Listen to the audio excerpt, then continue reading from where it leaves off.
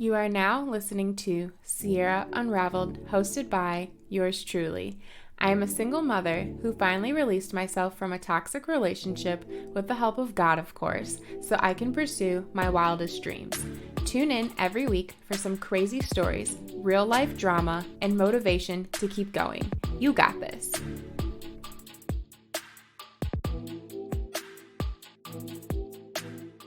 I've realized that there's a lot that most people don't know about me. I also realize I've tried time and time again to hide parts of my life that I'm embarrassed about. But that doesn't make me authentic, right? People are so afraid to share who they are and what's happened in their lives that's made them who they are today. I want to change that. You should never be ashamed of your life lessons or experiences because you would not be who you are without them. This week marks 7 years since I got arrested, like straight up rode in the back of a police car and went to jail. I'm really not a bad person. Of course, I say that after I just told you I just got in trouble. But sometimes you just end up around the wrong people, or worse, in the wrong places at the wrong time. Like that one time, I was on my way home from work, literally like 6 p.m. in the afternoon, sun shining, and I stopped at the pharmacy to pick up my birth control. I came outside, got in my car, put on my seatbelt, and threw it in reverse. And when I looked up to my rearview mirror, I was surrounded on all sides by squad cars. Multiple. Best part, wait for it, their guns were all drawn and they were yelling at me to put my hands out the window. I was pissed. 95 degrees outside and I had no AC. I needed to drive to get a breeze, and instead I was just sitting there in my own sweat. That was the first and only time I've ever had a gun pointed at me. Crazy thing is, I wasn't even scared. I was just ready to curse them out because I knew that they had messed up. I already knew that they were on some other shit. My ex was sitting in the passenger seat and he told me to calm down, but I had a bad attitude when they asked me what I was doing. Picking up my birth control? Do you want to see my receipt? It's time-stamped. I legit just walked out of the store. Turns out they got a report that a white truck with a semi-automatic was sitting in the passenger seat of that parking lot. I don't even own a gun yet. So I was like, WTF. They apologized profusely and let us go. Still, that really twisted up my entire day. I feel like my ex maybe did a drug deal or something when I was inside, but who knows? The boys were always around when he was present. I've had one other run-in with the police. Well, actually, I've had a few. I almost just lied there. In high school, when I first got my learner's permit, I was illegally riding around with passengers. You know, that grace period where you're not supposed to drive with anyone who's under the age of 18 or doesn't currently possess their license? Yeah, I was totally driving around with my cousins, one older than me, one younger, one of their children. I think my brother was in the car. We got pulled over, literally right in front of my cousin's friend's apartment that we were on our way back to from the gas station. I think none of them were wearing their seatbelts. Talk about all sorts of illegal. I don't even think the baby was in a car seat, to be honest. And that's what the cop made the biggest deal about. But he let us go. I remember him walking up to the window saying, "Dance, dance, dance," like Panic at the Disco. But it's because the music was all the way turned up and our arms were flailing and we were just having a good old time. We were real deal seated, moving and grooving. It was a celebration. The baby cuz, me, got her license and we were lit and almost got in big trouble. Shaking my head. Okay, so the next time was my friend's high school house party. I was one of the only ones who hadn't been drinking that night because, I don't know, I just really didn't want to drink because I had a feeling that the party would get busted, and it did. And when the cops came and said, "We're breathalyzing everyone because there's underage drinking going on and we know it," you better believe my fake goody two-shoes ass raised her hand to go first. Everyone thought I was lying when I said I didn't drink that night. Well, I proved them wrong because I blew zeros and walked right home after that to tell my mom what happened. Meanwhile, I think a few people got MIPs that night. MIPs are minor in possessions if you're too cool and have never gotten in trouble. The next time was 420 weekend at IU. IU is Indiana University Bloomington, one of the biggest party schools. This one is a doozy. I don't know how we didn't all go to jail this night, but this was really, really bad. So my boyfriend at the time, that I never speak about because he was pretty awful to me, took me down to IU for 420. He was a big smoker. He might still be, I don't know. And I just like to have fun, so I was with the shits. I was a senior in high school, partying at this huge college town that's like known for its wildness. Also why I turned down my acceptance letter at IU, because I knew I probably would have flunked out, especially because my best friend at the time went to college there and she was already 21. Would have been bad news bears. Okay, so we're like pre-gaming, getting ready to go walk and find all the house parties. Everyone is pretty much intoxicated and crossfaded.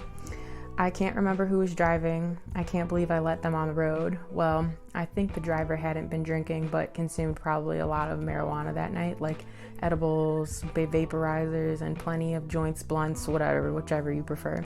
They probably did both that night, honestly. After all, it was 420. Okay, so we're driving around looking for the hot spots and everyone starts yelling, turn right, turn right, turn right here, right here. And the driver misses the parking lot that they should have turned around in and turns onto the street instead. Cool, right? No. They turned into oncoming traffic onto a one-way. Dangerous. And everyone was screaming and yelling. The driver was confused as heck. Then the next thing you know, whoop whoop, that's the sound of the police. 3 squad cars were driving straight at us on the one-way. Ugh, I could have threw up on every single person. I don't know how many open bottles we had in the trunk or how much weed we had on us, but you just know these officers were about to have a field day with us. They took the driver and the passenger out onto the curb, cuffed them, searched them, then asked all of us in the back seat, who's sober? My boyfriend at the time says, me, officer, and the officer says, give me your ID. He takes it, runs it, brings it back and says, okay, you drive. No one else may drive this vehicle tonight besides him. I'm like, oh my, he's probably the most messed up out of everyone. They didn't even breathalyze him or make him do any sobriety tests. Like, what the heck? All they did was make us want to poop our pants, take all the weed, and let us go. Man, that was wild. Then this one time, I was with a bunch of friends and we were pre-gaming. We loaded up into a car to go to another friend's house. Someone fell and busted their ass. Might have been me. But we were on the property of some off-campus housing apartments, and over the weekend, there's always campus police patrolling per usual. So we get in the car to leave, and there's like hella snow on the ground. The driver makes a wrong turn. Here we go again. If you get anything from this episode, it's you better follow the directions real good, or you might make a wrong turn and end up in jail, especially if you have underage drinkers in the car. Smack self in the face. Okay, so we turn into this huge open back parking lot that no one uses because it's winter, and I think it was like a softball field or something. Regardless, it's covered in like 2 to 3 feet of snow. We're in a 4-door sedan, and I don't know whose bright idea it was to think that we could drive through it and turn around, but we got stuck. All while a campus officer had been watching this whole ordeal. He follows us, lingering very far behind just to kind of see what kind of crap we get into. I realize, and I'm like, we're about to get arrested. Pretty sure there's open bottles in the car too. This was just madness. Someone gets out and stashes the bottles in the snow and pretends that they're trying to push the car out just as the officer pulls up. Clever, right? Ironically, it's a police officer that tried to hit on me months before when I moved into the dorms and almost got in trouble for breaking curfew. But he gave me a break because I was picking up litter in the dorm stairwell while I was pretty intoxicated. Yikes. I was cute though, so instead of giving me a ticket, he gave me his phone number. I'm just gonna slap myself in the face again.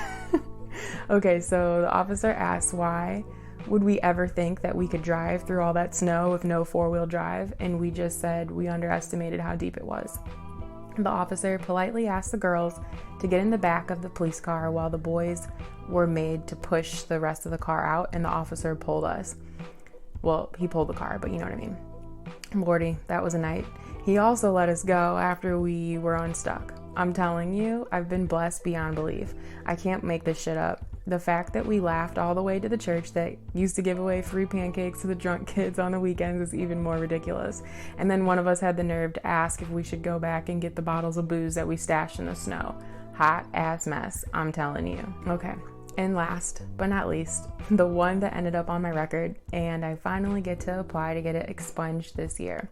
Man, I wonder how many more jobs I would have had if this wasn't on there. Okay, so here's what happened. I was at a girlfriend's apartment to celebrate her birthday. We drank a little, ate a lot. Some time goes by and everyone decides that we're going to go Elsewhere. Okay, cool. I've sobered up. We go to another friend's house who is having this massive house party, like line out the door and down the block, parking lot packed, etc. I walked in and immediately started sweating. Ew, those college house parties that we used to go through were just nasty. Literally, it was like a sauna. As soon as you walked in the door, you'd be dripping in sweat, just standing there doing absolutely nothing.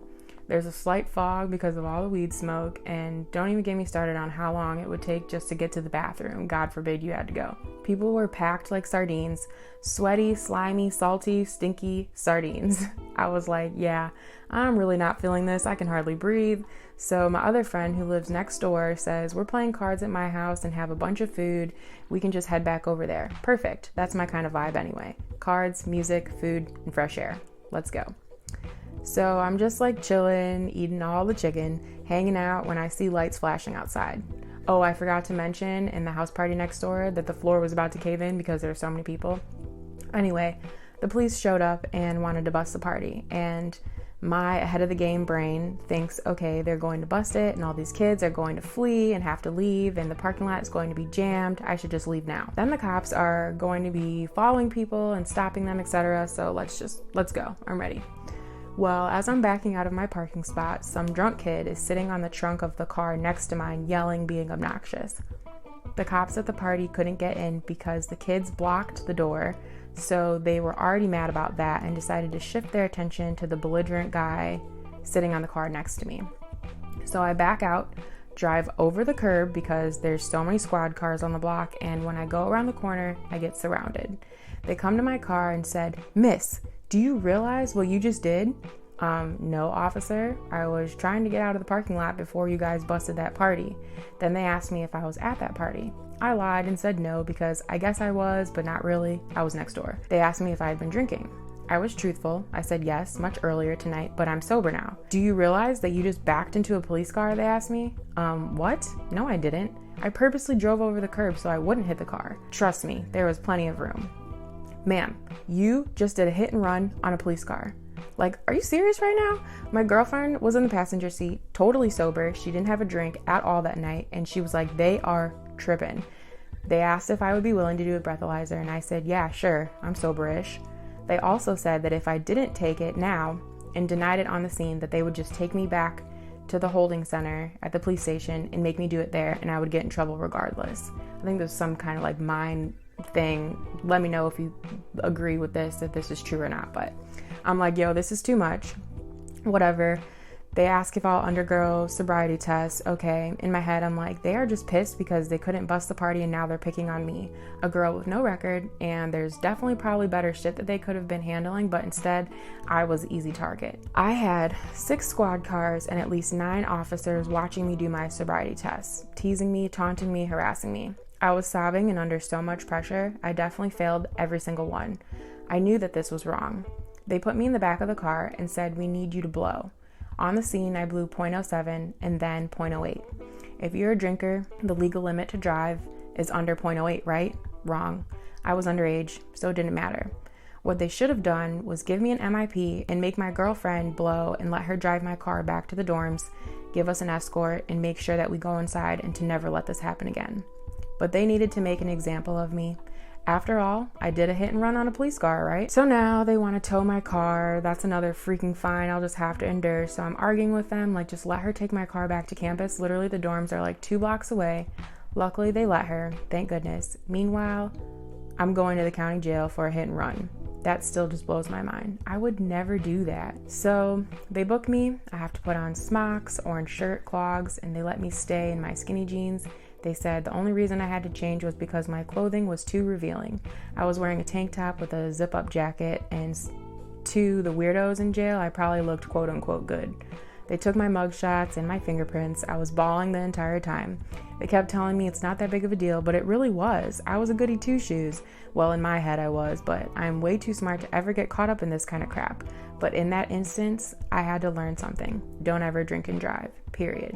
So I went into a holding cell. They allowed me 1 phone call, which I called myself, my cell phone, because my phone was left in my car and I was trying I was hoping my girlfriend had it so she could come get me in the morning, since I couldn't leave until I was sober and I was not about to call my mom, who was 3 hours away, and freak her out at 12 o'clock in the morning. No one answered my phone because it was just sitting in my car. Smacked myself in the face again for the third time now. I wasted my one phone call. So I just sat there, pissed, upset, humiliated, annoyed, all of the emotions. I didn't get to leave until around 8 a.m. and I was booked a little after 12:30 in the morning. Bullshit. I didn't sleep. They kept moving me around. Ate some really good blueberry cornbread stuff along with another 2 girls' cornbread stuff who were sleeping, and the officer said it would sober me up faster, so I ate it. The next day, I got my things back, changed clothes, and did the ultimate walk of shame. Ultimate. I walked 2 miles to the football stadium where I could then get on a shuttle that ran every 15 minutes back to the dorms, so my would have been 3.5-mile trek was shortened. I had no phone, it was raining, and my makeup was smeared all over my face. Talk about a bad day. In that walk, I reflected on the whole night. A bunch of BS. Not to mention it was the middle of finals week. I had to go to class the very next day and take an exam. How the heck was I supposed to study after all that just happened? My roommate was in shock when I told her where I had been. My other friends couldn't believe it either. I knew I would have to fight this in court, or at least try, and I still would have to tell my mom eventually what happened. Ugh, I was definitely dreading that. So I found an attorney. That was expensive for a full-time college student that doesn't ever want help from her mom. I got my case reduced. I was originally charged with an MIP, an OWI, which is an operating while intoxicated, and restitution, which were like damages from the accident. My attorney pleaded, she's a first-time offender, Dean's List student, manager of a restaurant, collegiate scholars member, the whole 9. The judge didn't budge. I pled guilty with the agreeance that they would reduce my charge to a visibly impaired, no MIP, a year of probation, outpatient counseling, 6 months of AA, an alcohol evaluation, restriction on my license to drive only to and from work or school for 2 months, the restitution, and a year of driver responsibility fees. Damn. A week after I pleaded guilty, my attorney got a letter in the mail stating that there was no damages in the accident, so the restitution was dropped. Dude, the whole reason they pulled me over was because they said I did a hit and run on a police car. In the police report, it said that there was no movement of the vehicle, the squad car, no visible damage, and no noise happened. So how in the world did an accident ever even occur? It didn't. That was all the confirmation I needed that they screwed me over. However, they got their money and they temporarily jacked up my record. Temporarily, like for 7 years. Fast forward, I did all the required things. I got off probation 6 months early, paid all my court fees, did my evaluation that said I'm not an alcoholic, and my outpatient program where I literally looked so out of place being there because I was the nerd, taking notes, asking questions, and actually trying to learn from my experience. I think everyone probably hated me there. No one believed I was supposed to be there, but I was. I messed up big time, and honestly, if that wouldn't have happened to me at 19, I probably would have had something a lot worse on my record. So I gotta thank God I didn't get hurt that night and I didn't hurt anyone. Wow, the law finally caught up with me, but look at me now. I'm still over here living my best life.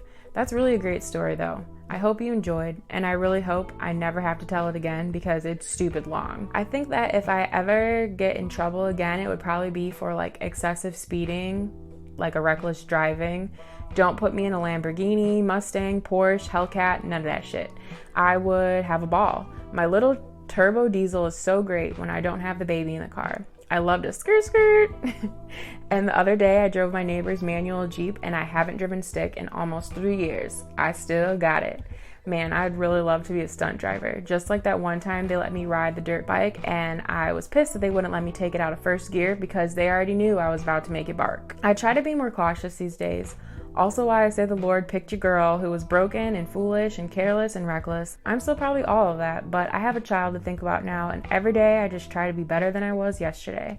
I'm slowly getting my shit together, but sometimes it just takes a while. It's not my timeline that I'm living on anyway, and I have to always remember that. Thanks for listening to another episode of Sierra Unraveled. Stop trying to unravel me because only I can unravel myself.